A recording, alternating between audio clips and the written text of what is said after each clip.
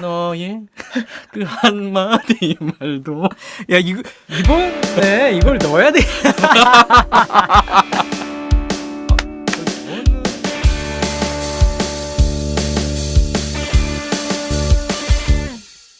자, 마음의 움직임과 의식의 상태가 길을 잃고 멘탈 붕괴 대잔치 속에 그저 멍 때리고 있는 것만이 유일한 위안인 심리 어린이들을 위해 준비했습니다.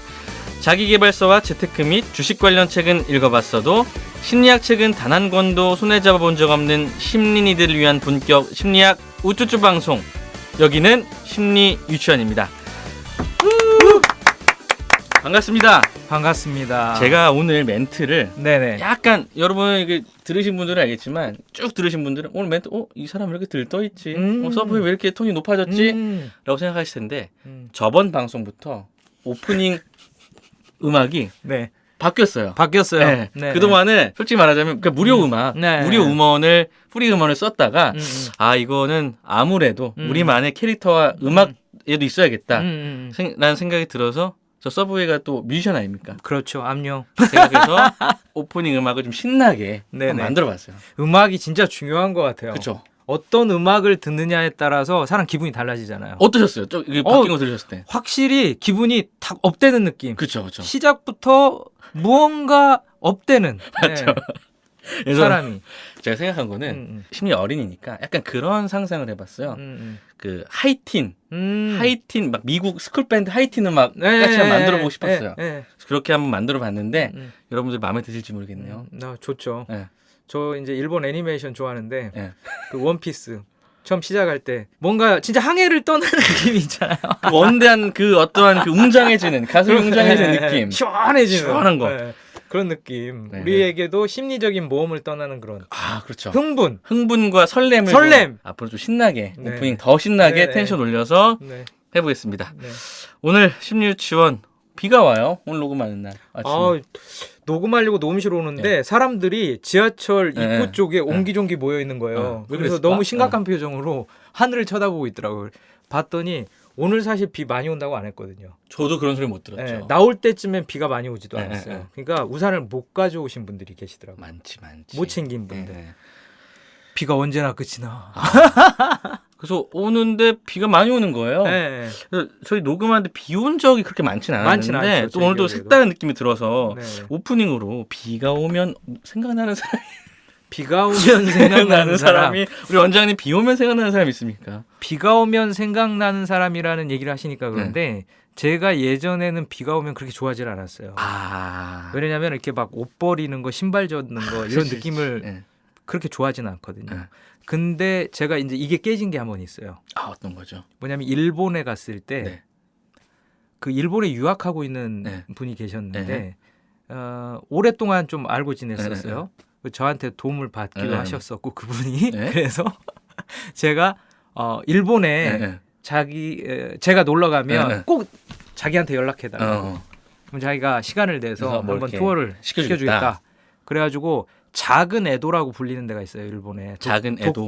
도쿄 근교에. 지금 그 이름이 잘 정확하게 생각 안 나는데 우리나라 말로는 작은 에도 뭐 이런 뜻인 걸로 기억하는데 마침 그날 비가 어마어마하게 왔습니다.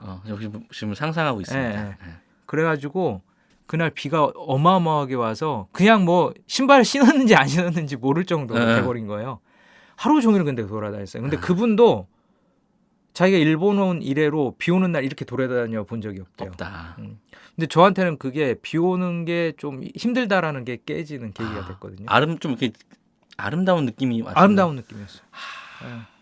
그날 일본에서 제가 좋아하는 국수도 먹고 그리고 오차츠케라고 그래가지고 그 녹차인가 그런 거에다가 밥을 말아 먹는 게 있어요. 봤어요. TV에서. 제가 지금까지 먹어본 음식 중에 진짜 혀가 기억하고 있는 음식 3, 탑 3. 우리가 이런 걸 또 이른바 소울푸드라고 하죠. 소울푸드. 내 영혼을 진짜 울리는, 소울. 지금도 그때 그 혀에 느껴졌던 그 맛이 아라리 그 밥의 그 살아있는 느낌들. 약간 고급스러운 보리차에다가 밥 말아 먹는 느낌. 우리 아버지가 그렇게 보리차에 밥을 많이 말아 드셨어요. 보리차에다가 밥을 말아 먹잖아요. 그쵸. 근데 거기에 이제 영광 보리굴비 그렇죠. 굴비 얹어야 굴비 하나 올려서 먹는 그 느낌. 이었어요. 아, 우리 아버지 생각이 나네요. 갑자기 네, 그래서- 새벽에 출근을 하시며 밥을 말아 먹고 가시던. 예전에 참 많이 말아 먹었잖아요. 아, 예. 저도 많이 말아 먹었죠. 그러니까 또 생각나네. 그 보리차에다 밥을 말아서 그 김치 딱 올려가지고 먹는 거. 아, 야 배고프다. 배고프네요. 하나 받고 네네. 저도 꼬맹이 때 네네. 이렇게 형이랑 저랑 이렇게 비 오면은 네. 비디오를 빌려왔어요. 아, 타이밍이다. 네. 비디오 볼 타이밍이다. 네네. 딱 빌려와서 비디오를 거실에 틀어놓고 보고 있으면 어머니가 부침개를 해주셨어요. 그럼 비가 스스스 오고 부침개 바삭바삭 먹고 비디오를 보던 그 느낌 생생합니다. 그 추억. 예전에 비디오 시대일 때 네. 방학이 되면 네. 친구들과 돈을 모아서 네. 7편씩을 빌려서 봤어요. 아, 그랬죠. 하루에 7편을 빌려보면 어떤 일이 일어나느냐. 장르가 섞입니다. 뭐 스토리도 섞이는 거 아니에요? 멜로인데 멜로와 액션이 섞여가지고 멜로 액션 장르. 그러니까 제가 쿠엔틴 타란티노의 인터뷰를 읽은 적이 있는데 그 쿠엔틴 타란티노가 그랬대요. 비디오점에서 일하면서 영화를 엄청 본 거예요. 그러니까 이게 섞이기 시작하면서 그래서? 새로운 장르가 나온 거예요. 그래서 그만에 영화가 나오는구나. 그렇죠. 그거죠. 혼종 영화들이 나오기 시작하는 거죠. 요즘도 그런 게 많잖아요. 그럼요. 그 융합이지. 융합과학. 일종의 시초가 아니었을까. 그래. 그래서 비와 관련된 에피소드를 한번 이야기 보면서 신나게 출발해봤어요. 네. 신나게 출발해봤고 그 다음에 또 하나 이제 광고 드릴 게 있어요. 이 얘기를 오늘은 해야 되는데 저희가 한두 달 전부터 유튜브 하겠다. 네, 유튜브 하겠다. 유튜브 곧 나온다. 네. 곧 나온다. 네, 곧 나온다 했는데 안 나왔었죠. 네. 하지만 비밀리에 작업 중이었다는 사실 여러분은 모를 거예요. 그것이 이제 드디어 현실화가 됩니다. 생각보다 계획적인 사람들이에요. 저희 굉장히 계획적인 사람이에요. 저희가 계획한 시점에 딱 구독자 100명이 됐고 그렇죠. 그래서 이제 이 기세를 몰아가자. 이제 때가 되었다. 그래서 지금 유튜브 버전 제작을 지금 하고 있고요. 이 채널 오픈을 5월 한 셋째 주로 보고 있습니다. 5월 셋째 주. 이 방송도 아마 5월 둘째 주, 셋째쯤에 오픈이 될 것 같은데 그래서 여러분들 이 방송 들으시면 아마 유튜브 채널이 개설이 돼 있을 수 있습니다. 그래서 우리 팟빵에 나눴던 풀 버전과 여기에 없었던 숏 버전. 여러분 유튜브 보실 때 너무 눈으로 오래 보면 피곤하잖아요. 네, 그렇죠. 피로하죠. 그래서 저희가 한 5분, 6분 정도로 짤막짤막하게 좀 압축해서 에센스만 재밌는 에피소드만 또 추려서 보내드릴 예정입니다. 제가 사실 파일럿 버전을 잠깐 봤는데 보여드렸죠? 재밌습니다. 재밌죠? 재밌더라고요. 내가 한 거 같지 않다고요? 일단 저도 재밌어. 문제는 나만 재밌으면 안 되는데. 네. 그리고 또 좀 깨달음과 반성의 마음이 일었어요. 뭐냐면 1화 때 했던 오프닝 때 했던 그 초심을 유지해야 된다. 잃었다. 네. 그 뭔가 하이텐션을 다시 되찾아야 한다. 그래서 오프닝 막 바꿨고 네. 그 원장님도 1화 때 들으시더니 아까 제가 봤거든요. 그 나온 편집본을 이때 텐션이 좋았다. 그리고 장항준 감독님을 그 본받아서 이 에피를 많이 해야 되겠다. 그래서 많이 더 털어야겠다. 우리가 심리 유치원이지만 유튜브 버전을 준비하는데 다양한 에피소드가 있어야겠다. 그래서 오프닝 더 길게 할 거다. 너무 지식 위주로 갔다. 너무 에피 위주로 가야 되겠다. 그래서 여러분 들으시는 분들도 여기 듣다가 팟빵에 없는 얘기가 유튜브에 올라올 수도 있어요. 네, 그럼요. 팟빵의 심리적인 이야기를 얘네들이 안 하고 헛소리를 하는 거는 다 이제 유튜브로 보낼 겁니다. 유튜브도 구독하셔야 된다는 거. 구독과 좋아요. 여러분 이제 강력하게 말씀드립니다. 하셔야 돼요. 팟빵 하셔야 돼요. 그러니까 다른 방송에서 자꾸 구독과 좋아요는 힘이 됩니다 그러는데 왜 저런 얘기를 하지 그랬는데 정말 힘이 되더라고요. 힘이 굉장히 아침에 눈을 뜰 때 그 힘이 달라요. 구독과 좋아요는 힘이 됩니다. 좋습니다. 아무튼 좋아요. 그래서 여기까지 오프닝입니다. 얘기하고 본격적으로 이제 오늘 할 이야기를 좀 나눠보겠습니다. 오늘의 주제는요. 저희는 항상 기승전결 스토리 라인이 있는 방송이에요. 저번 주 방송에 저희가 처음으로 고민 상담실을 운영했었죠. 그래서 두 가지 고민을 수집을 했고 또 두 가지 고민을 이제 저희가 다뤘죠. 이야기를 했었죠. 근데 그거를 하다 보니까 이런 생각이 든 거죠. 이 고민이 모든 이들의 고민일 수 있겠다. 직딩들의 고민. 직딩, 프리랜서, 뭐 아무튼 모든 사람들의 동일한 고민이다. 그렇죠. 그래서 이것들을 가지고 조금 더 심화해서 이야기를 나눠보면 좋겠다라는 얘기를 원장님과 제가 하다가 원장님이 또 운명적으로 이 책을 만난 거죠. 그래서 오늘은 이 책을 좀 소개하는 방송입니다. 저희 심리학 책 소개 특집이고요. 네. 오늘은 그 세 번째 책을 소개하려고 해요. 말 듣고 있네. 5가지 사랑의 언어, 불안에 이어서 오늘 갖고 온 책 어떤 책이죠?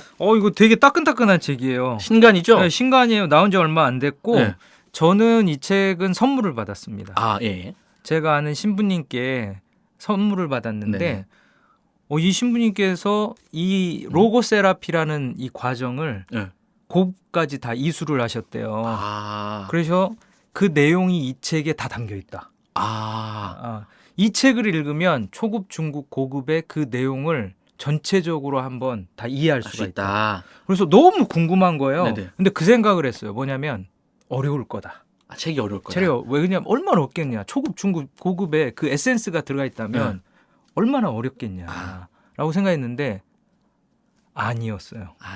이게 스토리텔링으로 풀어놓으셔가지고 이 김미라 박사님이라는 분이 스토리텔링으로 풀어놔서 마치 이게 오디오 클립을 듣는 것처럼 너무 술술술 페이지 터너라고 그러잖아요. 이렇게 그냥 쭉쭉쭉쭉쭉쭉 넘어가더라고요. 네. 그래서 이 책 괜찮겠다. 소개해드리면 맞아요. 심리들한테 소개해드리면 이 책은 읽기도 쉽고 또 읽고 나서 얻을 수 있는 이 건더기가 많은 건더기가 많은 항상 국물 음식에는요 건더기가 좀 많아야 돼요. 이게 좋은 음식점일수록 인심이 후한 음식점일수록 이렇게 많이 주잖아요. 건더기가 많죠. 리필도 잘해주시고. 저는 중국집 갔을 때 짬뽕 국물을 주잖아요. 이거 서비스지만 그래도 오징어나 이런 거 좀 넣어주면 좋잖아요. 넣어주면 좋죠. 거기에 그 해산물 같은 것들 그리고 또 야채도 다 들어가 있잖아요. 그러면 다시 오고 싶죠. 다시 오고 싶죠. 근데 뭐 서비스 주지만 너무 국물만 있다. 이러면은 감사하긴 한데 조금 아쉽다 생각이 드는데. 제가 이게 상호를 밝혀서 어떨지 모르겠는데 밝히세요. 여기 방배역 앞에 3번 출구 쪽에 다리원이라는 중국. 방배역 3번 출구 다리원. 어떤 전 점이... 진짜 사장님과 아무런 친인척 관계도 아니고 아무것도 아닌데 그건 배달을 하질 않아요. 너무 맛있어 그런데. 근데 이 사장님이 그러세요. 여자분이신데요. 장사를 잘하세요. 딱 제가 몇 번 안 갔는데도 저를 얼굴 기억하시고 그리고 그런 거 있지 않습니까? 뭐냐면 짬뽕 국물을 주는 메뉴가 있어요. 주는 메뉴가 있고 안 주는 메뉴가 있죠. 맞아. 근데 이분은 딱 줘요. 다 줘요. 딱 눈치 딱 보고 두 명이 딱 갔는데 이게 나오는 메뉴 안 나오는 메뉴인데 제가 얘기하기 전에도 벌써 뭔가 이 느낌을 알고 갖다 주신단 말이에요. 그래서 사장님이 진짜 센스가 좋으시거든요. 이거죠. 이게 별거 아닌 것 같아도 이 자그마한 거 우리 감동한다. 그래서 방배역 3번 출구에 다리원 중국집 방배역 인근 사시는 분들은 심리 유치원 스카이 원장님 말 듣고 왔다고 하면은 안 돼요. 몰라요. 그건 모르세요. 몰라요. 그건 모르십니다. 그러니까 조용히 갔다가 한번 맛있게 드시고 건더기 얘기를 하다가 이렇게 됐는데 이 책이 그래서 그런 건더기가 있는 책. 책 이름도 얘기 안 했는데 책 이름이 어떻게? 책 이름이 당신의 삶은 충분히 의미 있다. 제목만으로. 당신의 삶은 충분히 의미 있다. 김미라 박사님이 김미라 박사님. 당신의 삶은 충분히 의미 있다는 책인데 아까 이 책이 로고 세라피에 관한 그런 내용을 담았다고 하셨는데 그러면 심리분들 중에 로고 세라피가 뭔지 또 모르시는 분들이 있을 수 있어서 우리나라 말로는 이 로고 세라피가 의미 치료라는 거 이렇게 번역되기도 하는데 로고 세라피라고 이제 그냥 영어식 표현으로 쓰는 이유는 뭐냐면 의미 치료라고 하면은 선입견을 가질 수가 있어요. 의미를 중요하게 생각하긴 하지만 이 로고 세라피라고 할 때 로고스라는 말이 그 우리나라 말로 번역되어지는 의미보다 조금 더 포괄적이고 더 깊은 의미예요. 범위가 넓어요. 그래서 그냥 고유하게 로고스라는 말로 쓰는 게 좋겠죠. 근데 우리가 로고스 그러면 여기서 이제 헬라어잖아요. 이 그리스 말인데 여기에서 이제 로직이라는 말도 나왔죠. 아, 로직. 예. 여기서 말하는 로고스는 로직이라는 의미보다는 우리나라 말로 번역했을 때 아까 이제 뭐 의미로 축소할 수는 없다고 했지만 의미에 좀 가깝죠. 예, 의미에 가깝고 그렇게 되새길 수 있는 뜻이기는 해요. 그래서 이 책도 의미의 중심을 두고 이제 전개되기는 해요. 아, 설명이 그래서 이루어지긴 해요. 책 제목도 당신의 삶에 충분히 의미 있다. 그러니까 의미에 관한 그런 포인트가 있는 거고 그게 좀 뭐 좁은 의미이긴 하지만 의미 치료라는 기법인 거죠, 일종의. 그렇죠. 의미 치료라는 기법이고 이거를 처음에 창시하신 분이 누구냐면 빅터 프랭클. 빅터 프랭클. 아마 빅터 프랭클에 대해서 여러분들이 그 이름은 잘 모르셔도 이분이 쓴 책이 오히려 더 유명해요. 죽음의 수용소에서라는 책인데 연식이 좀 있으신 분들은 저희 아까 사실은 비디오 얘기할 때 저희 연식은 다 탈로 다 탈로 났기 때문에 연식이 있으신 있으신 분들은 아마 30, 40대 분들 정도는 그 이상 되시는 분들은 아마도 한 번쯤은 제목을 들어봤거나 읽어보셨을 거예요. 네.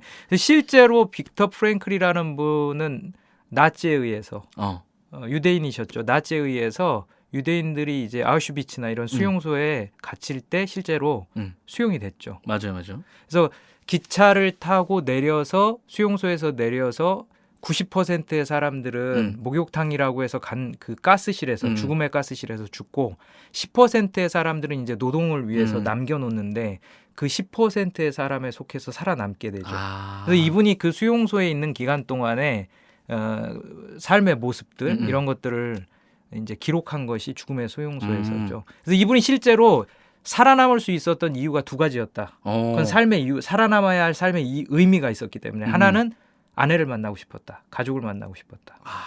그다음에 다른 하나는 나는 살아남아서 이 수용소의 이 참상을 사람들한테 알려야 되겠다. 그래서 살아남았던 거죠. 그래서 이 지난번에도 말씀드렸지만 모든 심리치료 이론은 창시자의 자기 고백이다. 멋진 말이었어요. 진짜. 네. 여기에 연장선상에서 빅터 프랭클도 삶의 의미를 가진 자와 갖지 못한 자, 이 두 사람의 모습을 수용소에서 보고 삶의 의미를 잃어버리는 순간 그 사람은 뭐라고 할까요? 생명의 끈을 놓아버리는 자살을 하거나 죽게 되는 시름시름 앓다가 별다른 병이 있었던 것도 아닌데 건강했기 때문에 노동력으로 착취돼서 10%로 속해서 살아남았는데 그럼에도 불구하고 이렇게 죽게 되는 의미를 놓치는 순간. 근데 삶의 의미를 찾게 되는 사람들은 계속해서 살아남는 거죠. 그래서 의미가 굉장히 중요하구나. 그러면은 그러니까 빅터 프랭클이란 분의 그 로고 테라피, 저 TH 발음을 해야 될 것만 같은 압박이 로고 테라피. 로고 테라피. 그러니까 그분이 빅터 프리랜서 빅터 프리랜서라고.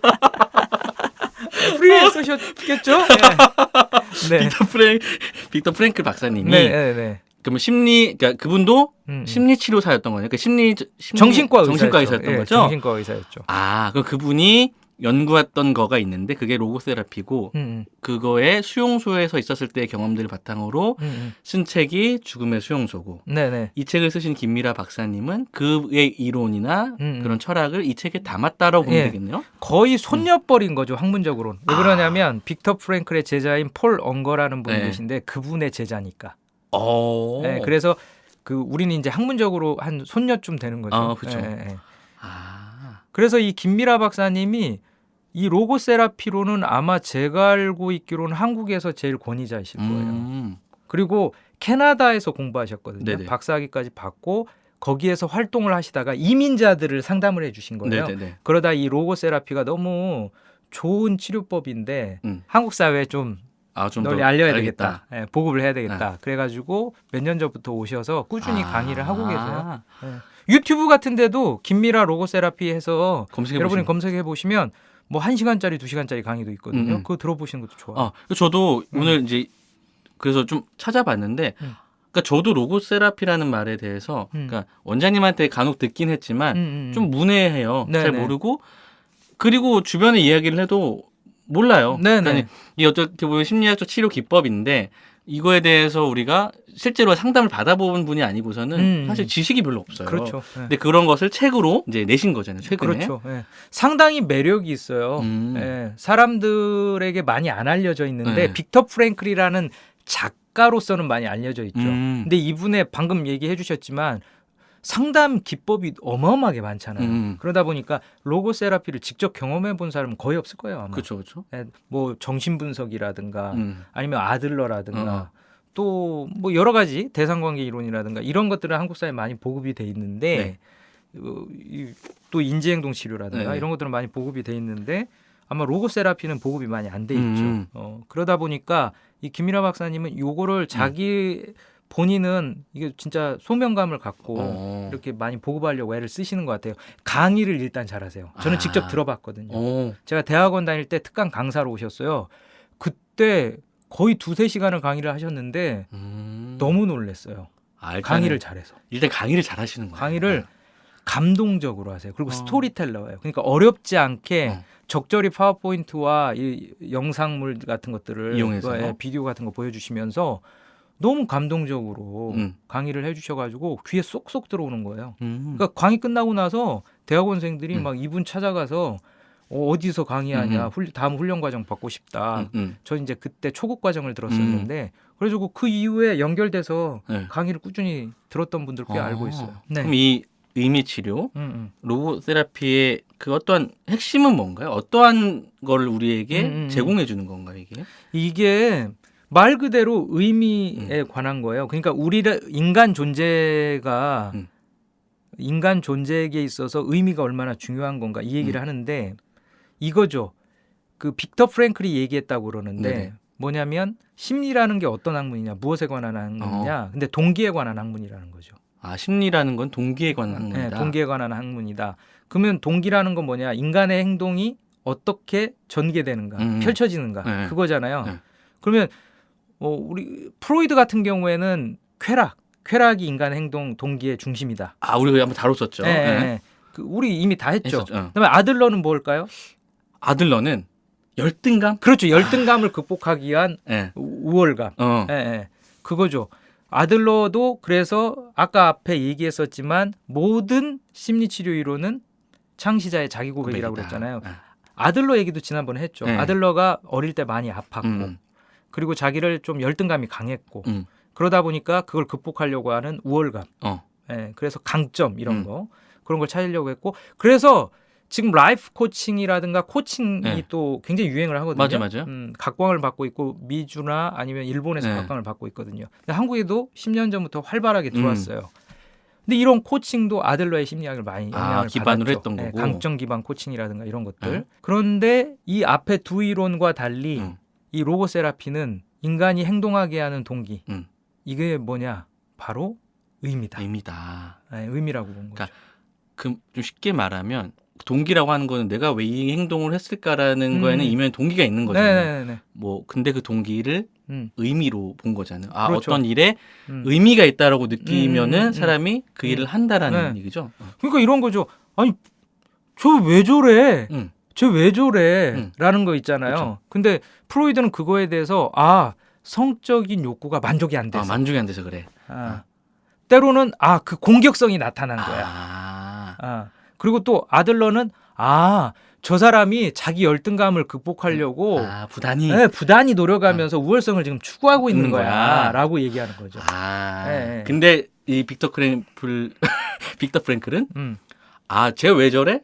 쟤는 거기에 의미를 느낀 거야. 이렇게 된 거죠. 의미를 추구하고 있는 거야. 그리고 그 의미를 잃어버려서 저런 거야라고 얘기를 하는 거죠. 사람이 왜 아프냐? 의미를 다 갖고 태어났는데 의미를 그 의미대로 살지 못한 거예요. 그 의미가 없다고 생각하고 때로는 의미가 있는 건데 태어난 것 자체로 의미가 있는 건데 태어났으니까 의미가 있다 이거예요. 그쵸. 의미 없는 삶은 하나도 없다. 태어난 것 자체로 의미가 있다. 그런데 그 의미가 없다고 생각하니까 사람들이 스스로 목숨을 끊기도 하고 방황하기도 한다. 그 의미를 발견하지를 못해서. 근데 되게 이 의미란 말 또 의미 있게 다가오는 게 그렇죠. 이런 얘기 되게 많이 듣거든요. 내가 왜 사는지 모르겠어. 의미를 모르겠어. 그러니까 이런 말들을 좀 힘들어하는 사람들한테 많이 듣게 되잖아요. 미디어나 모든 매체에서도 사람이 되게 힘들어. 정말 그 난처한 상황에 빠졌어. 의미를 모르겠어. 내 삶의 의미 이렇게 되잖아요. 결국에는. 그럼요. 이 책은 그런 어쨌든 사람 움직이는 동기는 의미다. 그럼요. 라는 얘기를 우리한테 해주고 있는 거네요. 오늘도 지하철 타고 오다가 아델이 엄청나게 살을 뺐더라고요. 아델 그쵸? 네, 어마어마하게 살을 뺐는데 아델이 시상식장에서 그 그래미인가 어딘가에서 아무튼 상을 받았어요. 엄청난 상을 받았어요. 그러면 막 울면서 하는 얘기가 내 삶의 의미는 내가 노래하는 이유는 그 의미잖아요. 노래하는 이유는 나의 남편과 나의 사랑하는 남편과 나의 자녀 때문이다. 아들인가? 아들 때문이다. 이렇게 얘기를 하면서 엉엉 울더라고. 네. 그러니까 우리가 내가 살아가야 할 이유가 뭐냐. 그게 의미거든요. 그래서 그때도 잠깐 얘기하셨지만 그러니까 사람이 몸이 힘들어도 내가 하고 나면 뿌듯하고 만족스러운 의미를 발견하면 힘들지 않다. 그렇죠. 근데 진짜 힘들 때는 몸도 힘든데 내가 왜 일을 하고 있는지 전혀 모르겠다라고 느낄 때 사람은 진짜 지친다. 받고 이거 받고 왜라는 질문이 중요한 거예요. 왜냐는 질문을 왜 무엇 때문에 내가 이렇게 고통받고 있고 이걸 왜 해야 돼 이렇게 얘기한다면 왜 Y로 가면 여기서 김미라 박사가 설명하는 건 로고세라피에서는 그건 과거에 대한 질문이라는 거예요. 그럼 되게 힘들죠. 그쵸, 왜 나한테 이런 일이 일어났지? 근데 그거는 원인에 관한 질문이라는 거예요. 그렇죠. 인과관계에 대한. 그러니까 이것 때문에 이게 원인이 돼서 이렇게 됐다. 이런 결과가 빚어졌다. 이렇게 생각하는 경우들이 많잖아요. 네네. 그럼 당연히 지금 안 좋은 결과가 있어요. 그러면 내가 뭘 잘못해서 이렇게 됐지? 이렇게 됐지? 뭐 사업을 시작했어요. 안 됐어. 내가 뭘 잘못해서 이렇게 됐지? 라고 왜? 내가 왜 이게 망했지? 왜 안 되지? 이런 질문 많이 할 거 아니에요. 왜 이게 구독자 수가 많이 안 늘지? 내가 뭘 잘못했지? 광고를 안 했나? 우리 말을 잘못했나? 말을 잘못했나? 재미없나? 이런 생각 할 수 있잖아요. 그렇죠. 많이 해요. 네. 그거는 이제 원인에 대한 원인 분석하려고. 근데 원인 분석하는 질문들을 많이 하죠. 그렇죠. 근데 여기서 저는 무릎을 탁 친 게 이 책을 읽다가 너무 이게 저한테 도움이 된 거예요. 뭐냐면 원인과 이유는 다르다. 원인과 이유는 다르다.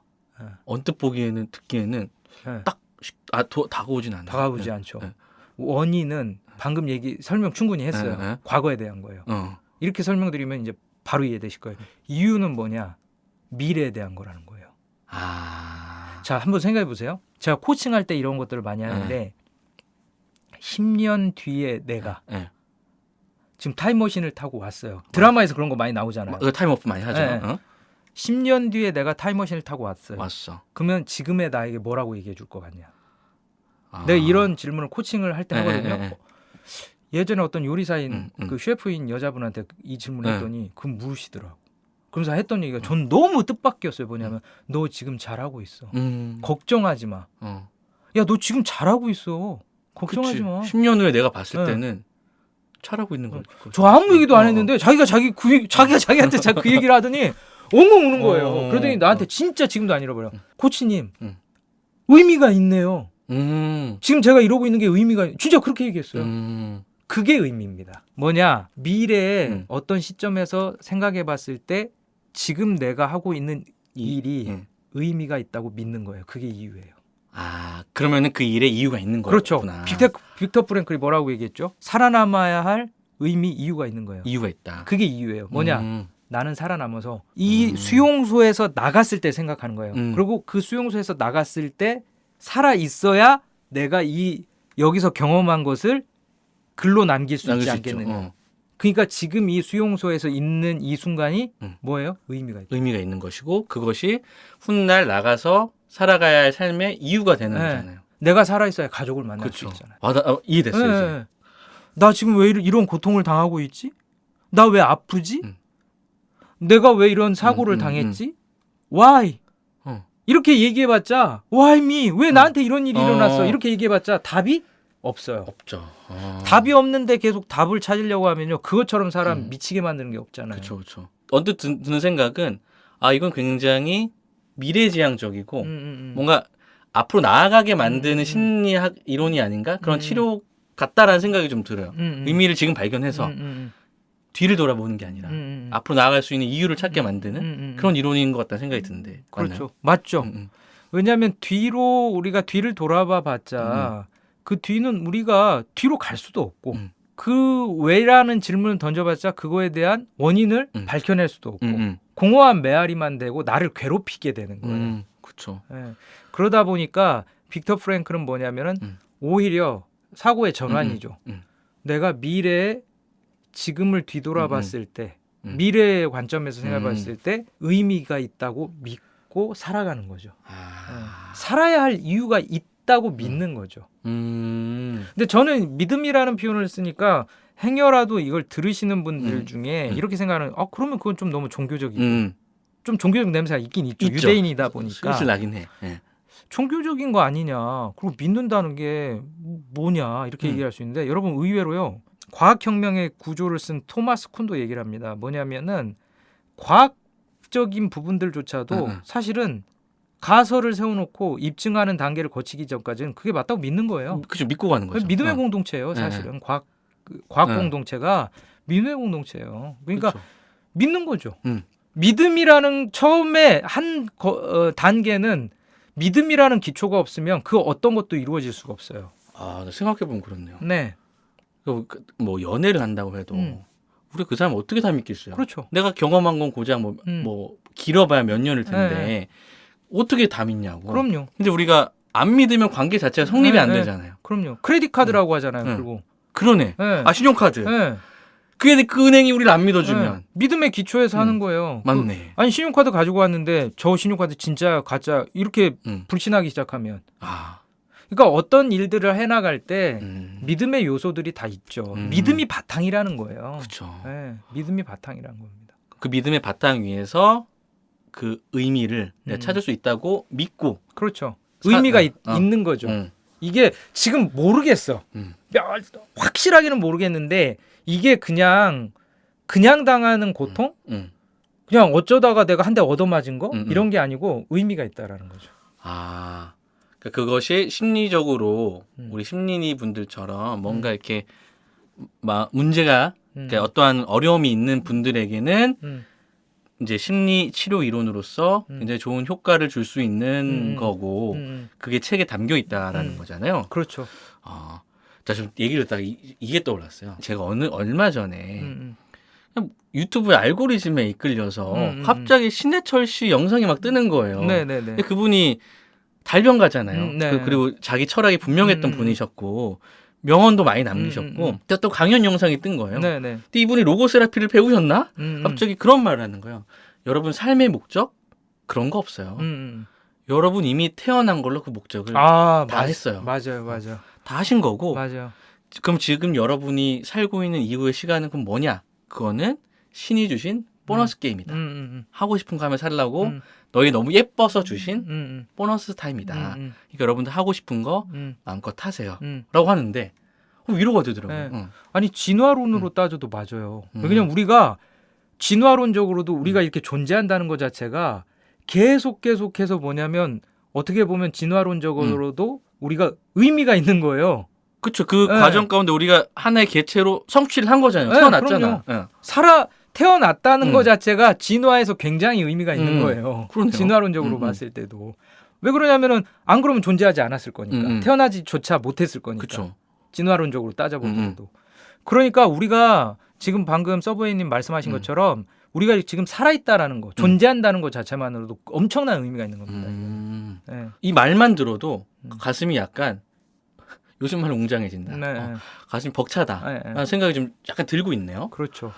근데 이것을 진짜로 내가 어려울 때 치료적으로 접근을 한다고 하면 굉장히 사람들에게 큰 도움을 줄 수 있겠다라는 생각이 또 드네요. 네. 그래서 자세한 강의나 이런 거는 오히려 책을 저희들의 목적은 이 책을 막 다 설명하는 게 아니고 그쵸. 예전에 이제 그런 욕심도 좀 제가 있었지만 책은 사서 읽어보시면 되잖아요. 네. 이분 저는요 그렇게 생각합니다. 책값이 제일 싸다고 생각해요. 맞아. 이 책에 담긴 그 한 사람의 영혼에 비하면 싸다. 그리고 웬만한 세미나 같은 것도요. 이게 책이 지금 16,500원입니다. 정가 써 있어요. 지금 16,500원. 웬만한 세미나도 이런 세미나 이런 고급스러운 세미나는요 이 가격에 못 들어요. 그렇죠. 네. 그런데 이 책 한 권을 살면 그 세미나 초, 중, 고급의 그 엑기스들을 전체적으로 한번 맛볼 수가 있잖아요. 너무 좋다. 그리고 갖고 있을 수가 있고. 그렇죠. 내가 소장할 수도 있고. 읽었다라는 마음의 어떠한 풍요로움과 성취감도 얻으면서도 효과를 얻을 수 있는 거죠. 저는 진짜 추천합니다. 돈이 아깝지가 않아요. 오히려 고마워요. 아, 고맙습니다. 진짜- 이런 책 써주셔서 고맙습니다. 네. 이 책도 표지가 음. 그림을 누가 그려요? 요즘은 책의 표지를 너무 잘 만드는 것 너무 같아. 잘 만들어요. 요즘 일러스트로 많이 하잖아요. 네. 이 그림이 음. 푸르른 숲의 그림이 있고 전반적으로 책이 푸르러요. 네. 음. 클림트의 그림이라 구스타프 클림트의 그림이네요. 구스타프 클림트의 네. 그림이다. 너무 예뻐요. 너무 예쁘고 네. 저도 무게감도 괜찮아요. 굉장히 그립감이 네. 방금 말씀드렸지만 내 돈 내산은 아니에요. 왜냐하면 선물 받은 선물 받은 거니까 거니까. 신부님께. 근데 이거는 어쨌든 출판사에 제공받지는 않은 안 거예요. 왔습니다. 돌아보면 그러니까 전 로고 세라피라는 거를 이제 이 책 소개하면서 또 저도 공부를 했지 않겠습니까? 네네. 이제 방송을 해야 되니까. 근데 드는 생각은 나도 꽤 이런 마인드, 의미에 대한 추구를 많이 하면서 살았다라는 생각이 좀 들어요. 네네. 뭐 알고 한 건 아니지만 제가 제 속으로는 항상 하는 말이 있거든요. 그 인간이 한 사람이 나름의 슬로건 같은 걸 갖고 살잖아요. 뭐 좌우명, 좌우명 같은 좌우명이라고 하잖아요. 근데 저는 재미와 의미, 재미와 의미라고 저는 생각을 하고 살고 라임이 있어요. 있네요. 네. 맞춘 거거든요. 재미와 의미. 네. 의미를 가지고 살자라는 생각을 하면서 살고 있어요. 뭐냐면 네네. 사람이 뭔 일을 할 때 제 경험이에요. 재미가 있는데 의미가 없으면 공허해요. 그럼 공허하죠. 굉장히 공허해지고 너무 힘들어요. 네. 근데 반면에 의미는 너무 많아. 근데 재미가 없으면 오래 못 하더라고요. 네네네. 금방 끝나더라고요. 금방 사그러지죠. 네. 그래서 재미있고 의미 있게 어떤 일을 하자. 어떤 일을 할 때 그게 제 기준이 됐어요. 이 일이 재밌나? 의미도 있나? 그럼 하게 되더라고요. 조금이라도 그에 부합하는 일들을 하려고 살고 있었더라고요, 제가. 그러다 보니까 의미를 찾아가는 여정에 관한 이 심리학 이론이나 이 빅터 프랭클의 이론이 담긴 이 책도 저에게는 의미로 다가왔다. 네네. 또 다른 의미가 되었다. 네네. 그래서 요즘은요 되게 신기한 게 이 영리를 추구하는 기업들이 오히려 더 빨라요. 그래가지고 영리를 추구하는 기업들이 요즘 얘기하는 게 뭐냐면 이 의미를 얘기를 많이 해요. 아, 맞아요. 네. 그러니까 기업들이 직원들한테 그냥 일을 강요한다고 해서 요새 그 일의 성과가 나는 게 아니거든요. 그러다 보니까 저는 한번 그 기업에서 만든 유튜브 영상을 봤는데 아마 그게 의료기기 만드는 회사였을 거예요. 그런데 그 의료기기 만드는 회사에서 이 직원들에게 그 영상을 하나 보여줬는데 뭐냐면은 자신들이 만든 의료기기가 사람들에게 어떻게 쓰이는지 영상을 보여준 거예요. 와. 그런 다음에 실제로 그 의료기기를 사용해서 목숨을 건지신 분을 초청을 한 거예요. 전 직원들이 다 이렇게 모여 있는데 그분이 딱 오셨어요. 그래가지고 전 직원들이 그 분을 실제로 영상에서 자기들이 만든 의료기기를 가지고 생명을 건진 분이 등장을 하니까 영상에서 봤더니 실제로 오니까 막 박수를 막 환호를 하면서 근데 그분이 딱 마이크를 쥐고 당신들 때문에 여러분이 만들어준 걸 통해서 제가 지금 여기에 서 있다고 하니까 직원들이 막 오열을 하더라고요. 오열을. 그러면요 이건 의미예요. 그러면 회사에 할만 나죠. 그러니까 그 회사가 진짜 성장의 성장을 거듭하고 있는 걸로 알고 있거든요.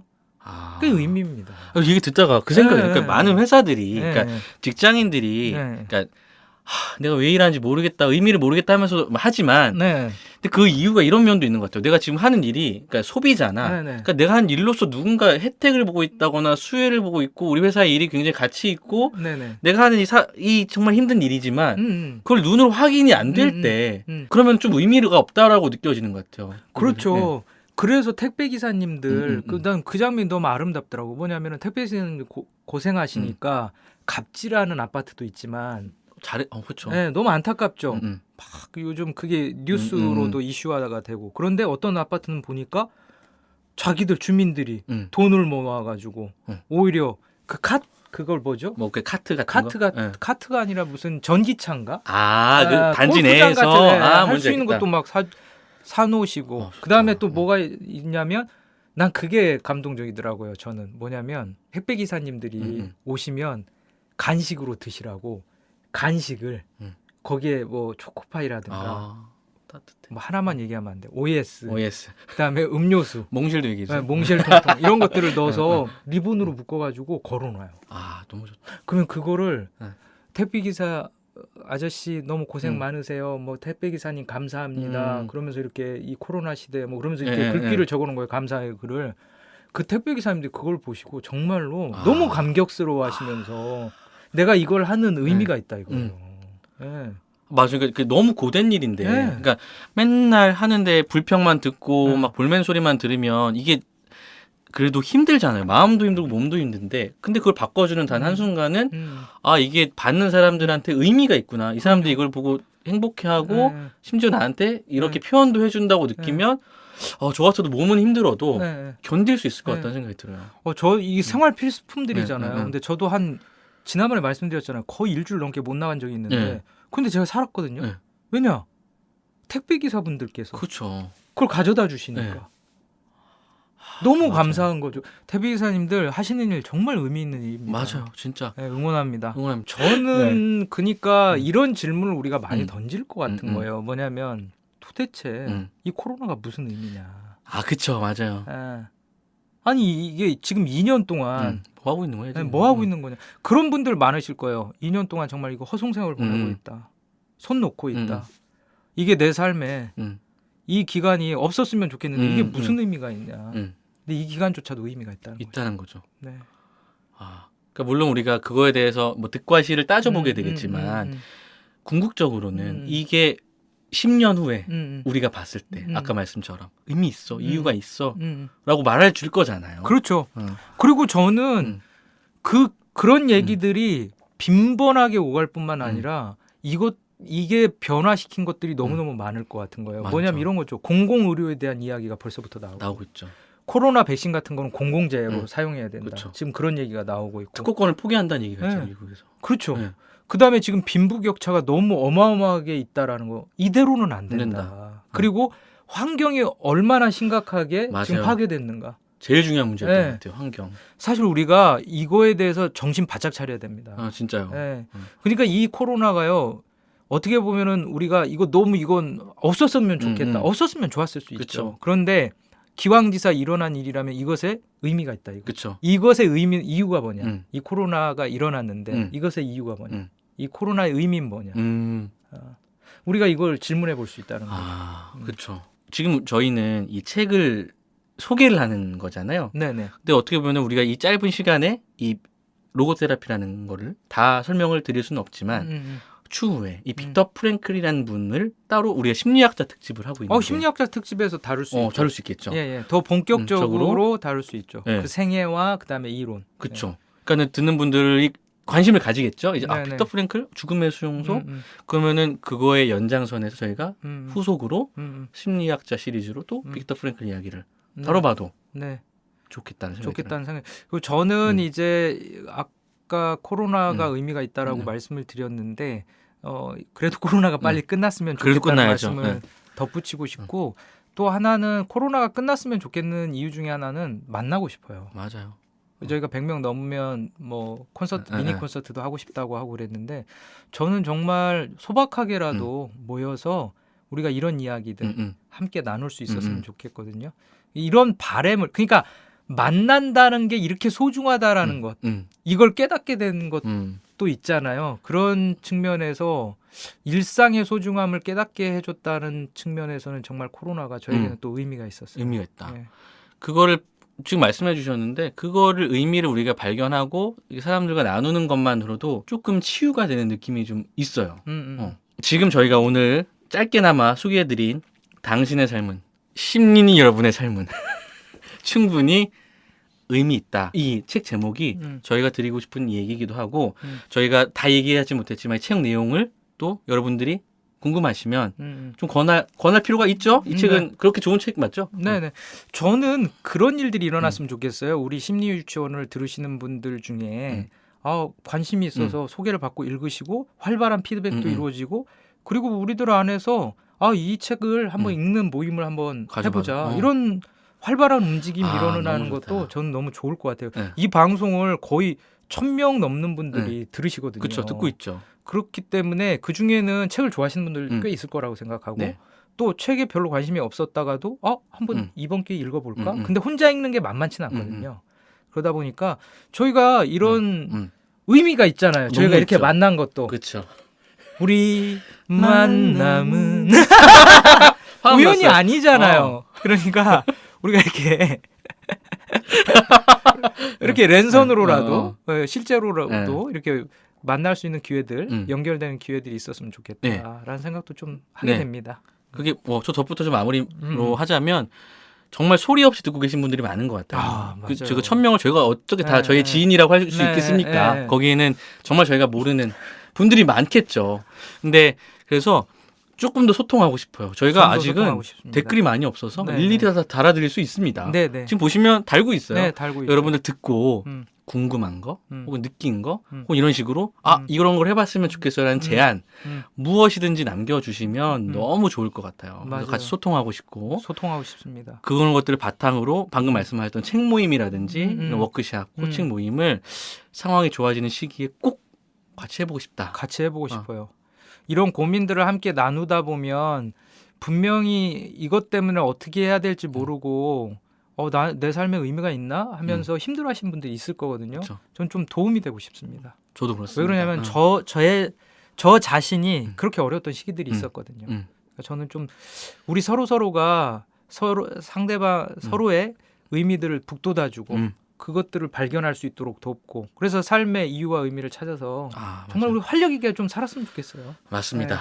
그래서 그러한 여러분의 여정에 의미를 찾아가는 여정에 심리유치원이 함께하겠다. 브라보, 브라보 마이 라이프, 브라보 마이 라이프, 브라보.